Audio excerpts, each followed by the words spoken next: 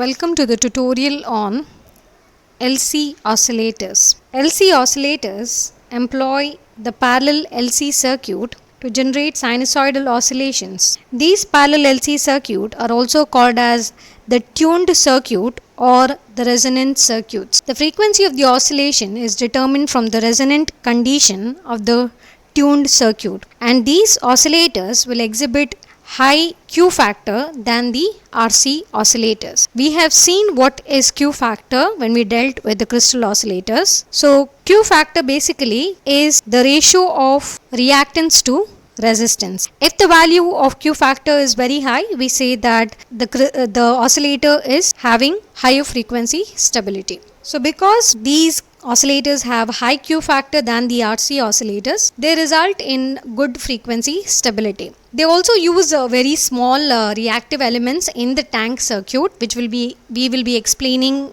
in the future, and they are used to generate oscillations in the frequency range of 100 kHz to 1000 megahertz. So let us understand the basic configuration of the LC oscillators. If you look at the LC oscillator, it consists of an amplifier and you have X1, X2 and X3. So basically these three reactive elements, that is X1, X2 and X3, form the feedback network. The amplifier provides a phase shift of 180 degree, while the feedback network provides an additional 180 degree to complete the 360 degree phase shift around the loop. So to satisfy the condition A beta greater than or equal to 1, it is observed that X1 and X2 must be of the same type, while X3 be the opposite. Hence, in the LC oscillators, the feedback network will consist of two inductors and one capacitor, or two capacitors and one inductor. Depending upon how the reactive elements are designated,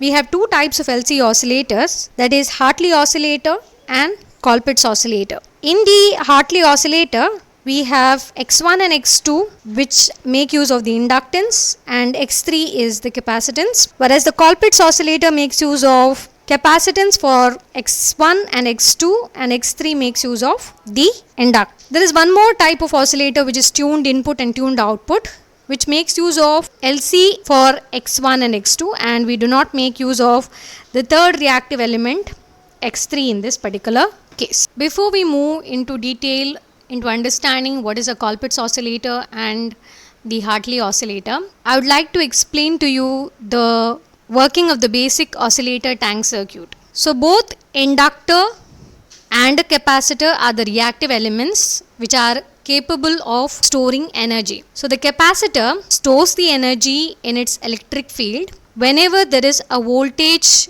across its plates. Inductor will store the energy in its magnetic field whenever current flows through it. So both C and L are assumed to be lossless. So consider the circuit which is shown here. So the circuit consists of an inductor coil and a capacitor. The capacitor is charged up to the DC voltage supply, which is denoted as V here, by putting the switch to the A position, and when the capacitor is fully charged, the switch will change its position to B. The charged capacitor is now connected in parallel across the inductive coil, so the capacitor will begin to discharge itself through the coil. The voltage across the capacitor starts falling as the current through the coil begins to rise. So this rising current sets up an electromagnetic field around the coil as shown, which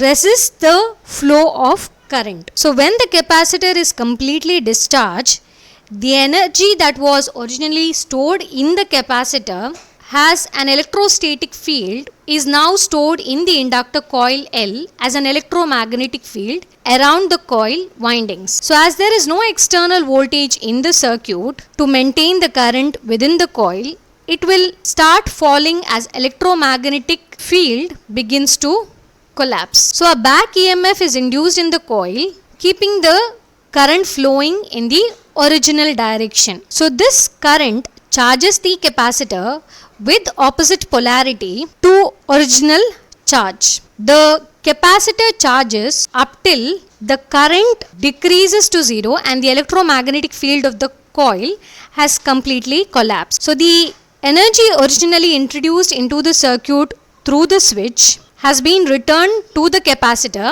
but opposite polarity. The capacitor again discharges through the coil and the process is repeated. If you observe the polarity of the voltage, the change in the energy is transferred back and forth, producing a AC sinusoidal current and voltage. This process is continuous indefinitely, but the energy losses will occur which decay the oscillations to zero over a period of time. And such type of oscillations are called as damped oscillations. So it is possible to supply energy to the tank to make up for all the losses, thereby maintaining the oscillations to constant amplitude, and this constant amplitude type of oscillation is called as undamped oscillations. So if the energy lost is related to the positive resistance, its circuit would gain energy if an equivalent negative resistance is available. So what we understand is that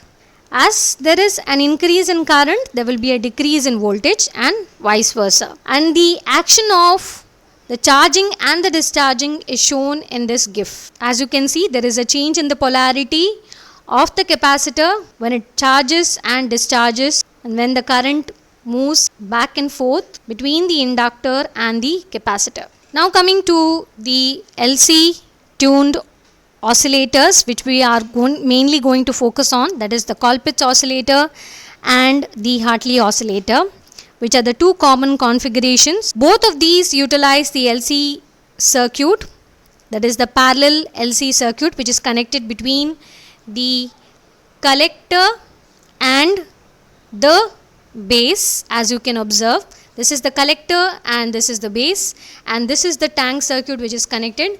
Similarly here, this is the collector, this is the base, and this is the tank circuit which is connected. The difference, as I clearly mentioned in the earlier slides, that in the Colpitts oscillator we have two capacitances and one inductor, and in the Hartley we have two inductors and one capacitance. So if we were to use a FET in place of a BJT, then we would have connected the tank circuit in between the drain and the gate. So the feedback in this particular circuit is achieved by the capacitive divider in the Colpitts oscillator, whereas in the Hartley oscillator it is provided by the inductive divider. In both these circuits, if you observe the resistor R, this resistor R models the combination of the losses of the inductors and RL of the oscillator and the output of the transistor. If the frequency of oscillations is sufficiently low, we neglect the transistor capacitances, and the frequency of oscillation will be determined by the resonant frequency of the parallel tuned circuit, that is the tank circuit, because it behaves as a reservoir for energy storage. So our main focus is to compute the resonant frequency for the Colpitts oscillator and for the Hartley.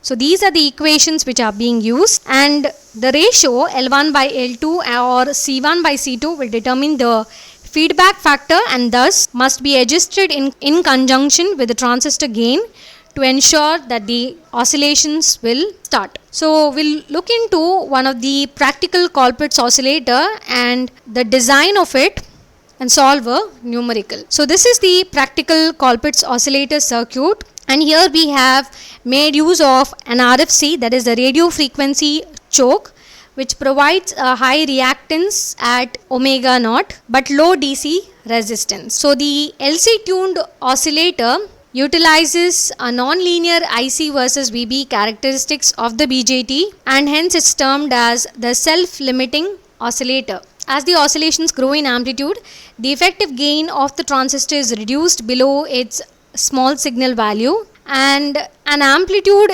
is reached at which the effective gain is reduced to the point that the Barkhasen's criteria, which is required for oscillations, is satisfied exactly. So then the amplitude will remain constant, and the output voltage signal will be a sinusoid of high purity because of filtering action of the LC tuned circuit. I have posted a separate tutorial for the Colpitts oscillator, so you can look into it and understand in much better way. So we'll look into the design equations of this practical Colpitts oscillator, which makes use of the frequency of oscillation omega naught computed in this manner, and the ratio of the two capacitances which are used in the tank circuit will be equal to the transconductance multiplied with the resistance R, and this resistance R is computed as Q factor divided by omega naught in parallel with the load RL, which will be connected at the output side and in parallel with the resistance R naught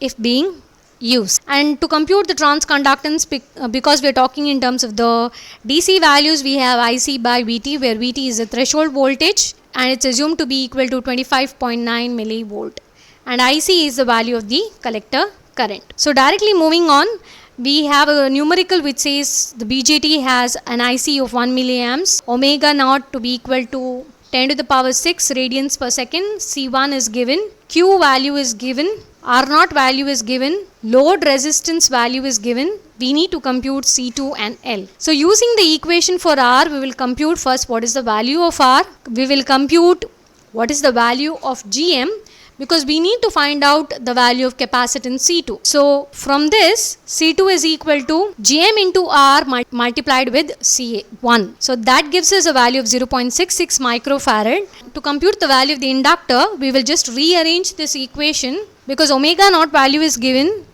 L has to be computed, C1 and C2 has already been given and one is computed. So that gives us a value of 100 microhenry for the inductor.